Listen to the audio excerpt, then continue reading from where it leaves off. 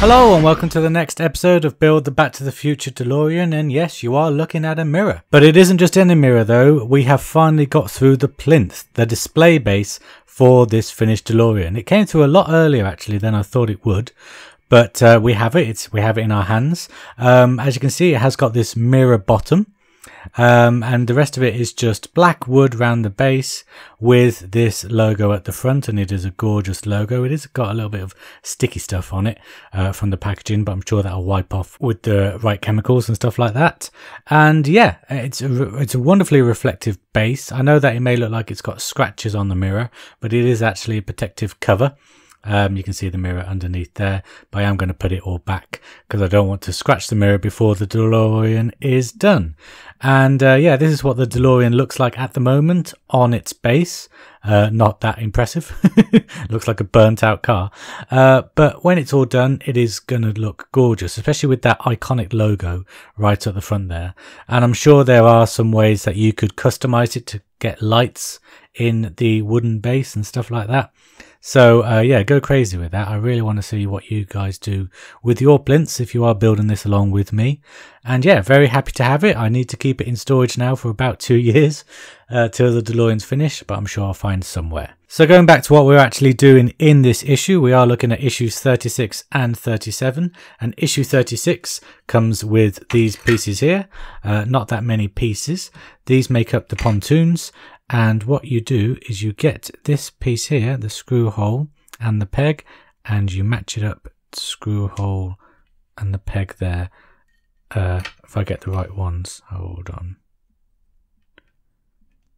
Yeah, so they just attach on there like that with AP screws, which you can see here. So I'm just going to go and do that now.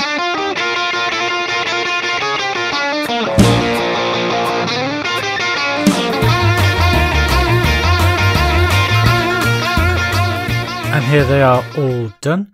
As you could probably tell, I wasn't entirely sure how these parts went on, but they do go on like this. So you have the lip kind of covering, going on the inside of the part, not sticking out this way. And they are slightly different, these parts. You can see that this one's got a cutout where this one hasn't, and the fittings are slightly different near to my thumbs there. Yeah, but there they are. You have the right and the left. And the right and the left, just make sure, yeah, R and R in there, and then we've got L there and L in there. So that's how you know that those parts are right. And that is all the parts. Oops, zooming the wrong way. That is all the parts that we get in issue 36. Really, really small issue. But yeah, so let's move on to what comes in issue 37. So in issue 37 then, we get the rear wheel arches, looking very, very nice, made of metal, as you can tell, and they need to be able to support the rest of the DeLorean on them. But before we attach them to the main bulk of the DeLorean, we get back the parts that we did in issue 36 like this. And going on the convention that we were just doing, you see they got a little L there, so you just match up the little L on this pontoon and swing this round, and it actually attaches at the back with this screw hole here, this screw hole here. Let me zoom in. This screw hole, and then this little tab there goes into that hole there by my thumb, just to get positioning.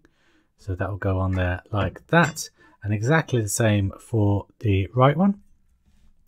You see it's got a little hole there for the peg, and you just push that in there to get the right positioning, and just screw it into that hole there, that hole there. So I'm just going to go do that now.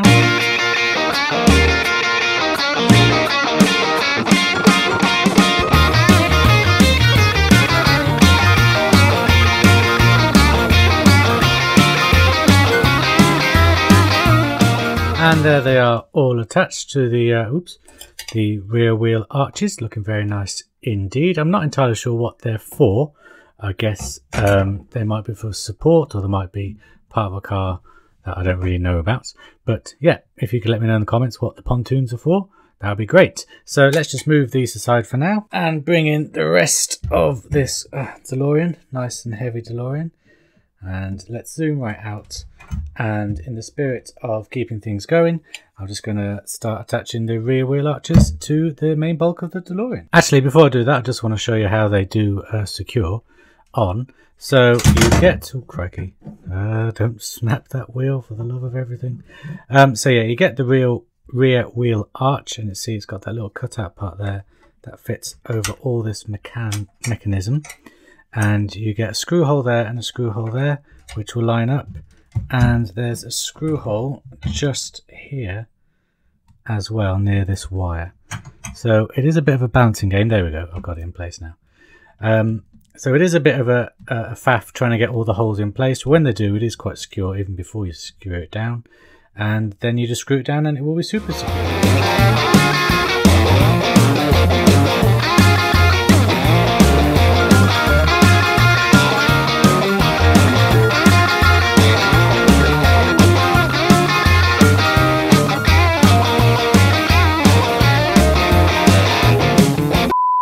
And I am sorry for cutting the music short there before you'd see me finish these rear wheel arches, but the reason for that is because I found them really quite hard to position up correctly.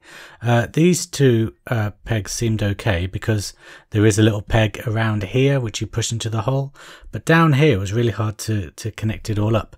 I know that metal kind of changes depending on temperature and stuff, and I know that these parts are obviously newer than the main chassis. I guess that's why it wasn't as smooth as it could be, so just be careful of that. Also make sure that you do get all the holes lined correctly, because at the end of the day this thing is made as a complete thing, even though we're getting it as a part work, so these holes are correct. So make sure all the screws are in to the holes correctly, and you shouldn't have any problem going forward, but just bear in mind that these rear wheel arches might be tricky. For those of you who are wondering about the dead wheel, this is me earlier trying to put it on the plinth.